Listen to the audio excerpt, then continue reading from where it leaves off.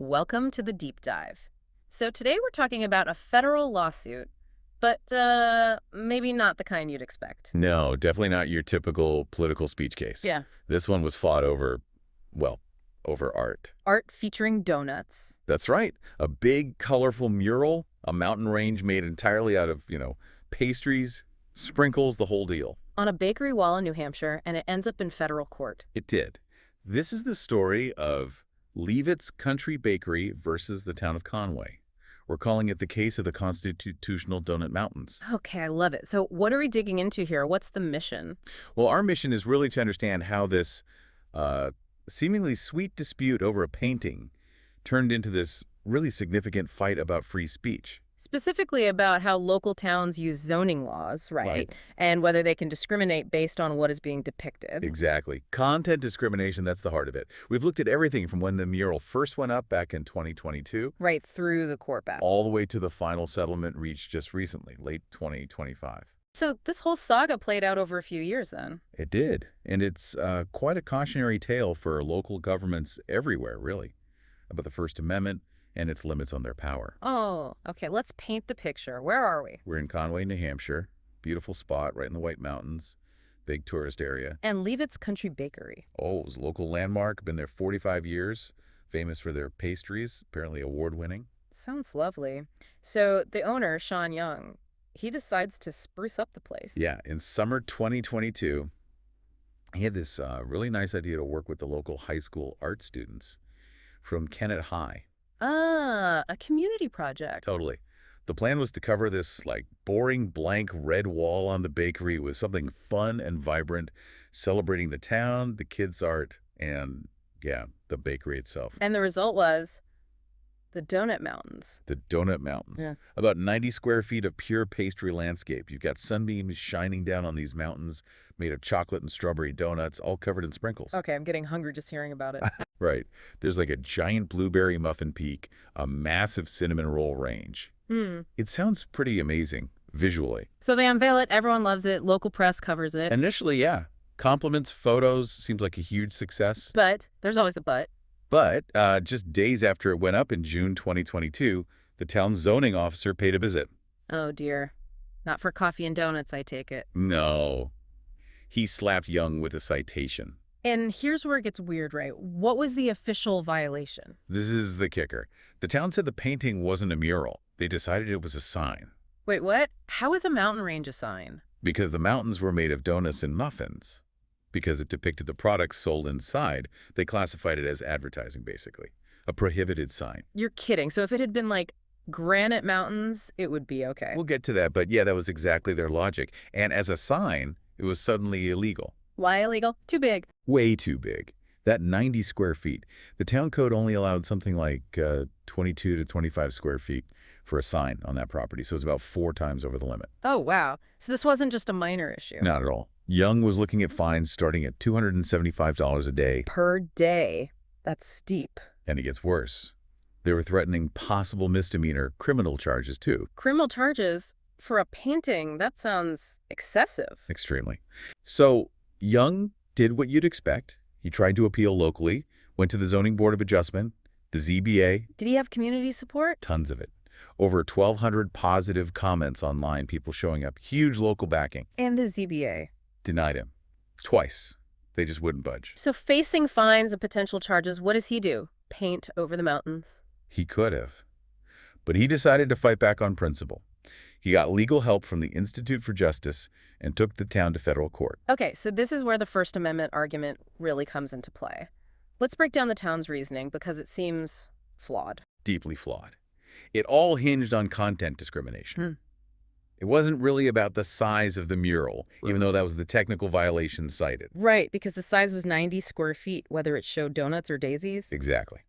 And town officials were incredibly upfront about this. They actually told Young that if the mural showed, say, covered bridges or maybe sunflowers. Or just regular mountains, like you said. Yeah, or just normal, boring granite mountains and sunshine, then it wouldn't be a sign. It would just be art, and it could stay. So the same size painting, same location, but different subject matter. That was the only difference between legal and illegal. Precisely. The link to commerce, the fact that it showed what he sold, was the trigger. That's textbook content-based regulation, which the First Amendment generally forbids. Did they give any other examples? I read something wild. Oh, yeah. A zoning official apparently told him, just to illustrate the point, that the mural would have been okay if it said something totally non-commercial. Like what? Get this. The town of Conway hates the Kennett High School art students. They actually said that. Reportedly, yes. To show that the message itself wasn't the issue, even a negative one, as long as it wasn't commercial. Size fine, message fine, just don't show your products. That just lays bare the absurdity, doesn't it? Completely. It shows the problem wasn't aesthetics or distraction, it was purely the connection to the business. And this ties into the town's actual sign code definition, which seems key here. Absolutely key. The definition was incredibly broad. It regulated basically any display that communicates. Let me quote this. Information of any kind to the public, whether commercial or non-commercial. Information of any kind. That could be literally anything. A welcome mat, a house number. Potentially, yes. Yeah. That's the constitutional trap. When your law is written so broadly, it could cover everything, but you only enforce it against certain types of content, like commercial images. Then you're picking and choosing based on the message. Content discrimination. Exactly. And the First Amendment puts a very high bar on the government doing that. You can't just treat an entrepreneur's speech as less protected simply because it relates to their business. And Conway had a history of this kind of selective, almost bizarre enforcement, didn't they? Oh yeah, this wasn't a one-off. There's a pattern. You want examples? Please. The ice cream cone trash cans, is that real? It is. Back in 2006, an ice cream place had trash cans shaped like ice cream cones. The town decided those were signs and subject to the size rules. Functional trash cans. Okay, what else? A sporting goods store. They had pictures of mountain bikes and skis on their window screens, things they sold. Town made them take them down deemed signs. Wow. And even a farm stand mural. It showed a horse plowing a field. Because the farm stand sold produce, presumably related to farming, that mural was called a sign too. So there's a clear pattern of targeting anything that visually references the business itself. A very clear pattern. So when Sean Young filed his federal lawsuit in January 2023, he wasn't just fighting for his donuts, he was challenging this whole system. And he wasn't asking for big money, right? Just symbolic damages. Just $1 in nominal damages. It was about the principle, about getting the court to say the town's actions were unconstitutional. The mural stayed up while the case proceeded, thankfully.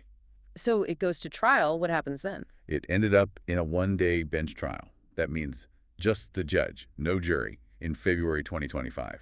The judge was U.S. District Judge Joseph LaPlante. And how did the town's arguments hold up under judicial questioning? They kind of crumbled, honestly. Judge LaPlante really zeroed in on the problems. Like the broad definition. Yeah, he kept asking the town's lawyer, Yeah. under your code's definition of information of any kind, can you even describe a mural that wouldn't be a sign? Good question. If any information counts. Right. The judge basically called their enforcement textually unsupportable, meaning you can't justify only picking on the bakery when your law technically covers everything. Did he address the content issue directly? The donuts versus mountains thing? Oh, absolutely. He pointed out the total lack of logic. Why is a 90-square-foot picture of a mountain okay for aesthetics and safety, but a 90-square-foot picture of a donut mountain is suddenly a problem? Yeah, the impact is the same size, same location. Exactly. He said there was no rational connection between banning the donut picture and the town's supposed goals of aesthetics and safety. The town couldn't show a reasonable fit, legally speaking. So the ruling must have been pretty clear-cut. It was. In May 2025, Judge LaPlante ruled that Conway's enforcement against Leavitt's was unconstitutional as applied. He flat out ordered the town to stop trying to enforce the code against the bakery's mural. A decisive victory for a A bakery, huge win. And that paved the way for the final settlement. which came in November 2025. What were the terms? Well, first, the town formally agreed. The donut mural stays. No more enforcement against it, ever. Good. What else? Did the town have to pay up? They did. They agreed to pay $175,000 to cover Sean Young's attorney's fees and court costs. Ouch. $175,000 for fighting over a donut picture. That's quite a price tag for the tax picks of Conway. It is. It's the cost of violating constitutional rights. But there's another fascinating piece to this settlement. Oh, what's that? Remember how the town's code was flawed? Well, while the lawsuit was ongoing, in April 2024, the town actually passed a new ordinance, a specific public art ordinance. Trying to fix the problem mid-lawsuit. Seems like it. trying to create a new legal framework, perhaps hoping it would solve their constitutional issue. But But in the settlement, the town agreed to officially recommend that the voters repeal that very same public art ordinance they just passed. wow. So they passed a law to deal with this, then agreed to tell people to get rid of it. Essentially, yes. A complete backtrack. It shows how thoroughly they lost the legal battle. They tried to legislate a solution, failed, and had to agree to undo it. Total capitulation. So wrapping this all up, what's the big takeaway here? What does this mean for, other towns, other businesses, for you listening? Well, the big message is pretty clear. Local governments can't just use zoning as an excuse to censor speech they don't like, especially commercial speech. Just because it relates to a business doesn't mean it loses First Amendment protection. Exactly. If you're going to restrict speech based on its content, what it depicts, or says you need a really good reason, directly tied to a legitimate government interest like safety. And the restriction has to be narrowly tailored. And saying, we like pictures of mountains but not muffins, doesn't cut it. Not even close. That's viewpoint discrimination, or at least content discrimination, which is almost always unconstitutional. Aesthetics alone, applied selectively like this, isn't enough justification. So Conway spent all this time, all this money, $175,000, fighting a losing battle over pastry art. And in the process, they basically got their own overly broad zoning definition exposed as unconstitutional. Then they passed a new art law, only to agree to push for its repeal. Yeah. It's quite the saga. It really makes you think, doesn't it? Here's something for you to chew on.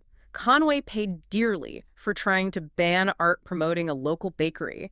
How many other towns out there have these really vague, super broad zoning rules on the books? Rules that maybe they only pull out when they want to target a specific business or message that they don't approve of.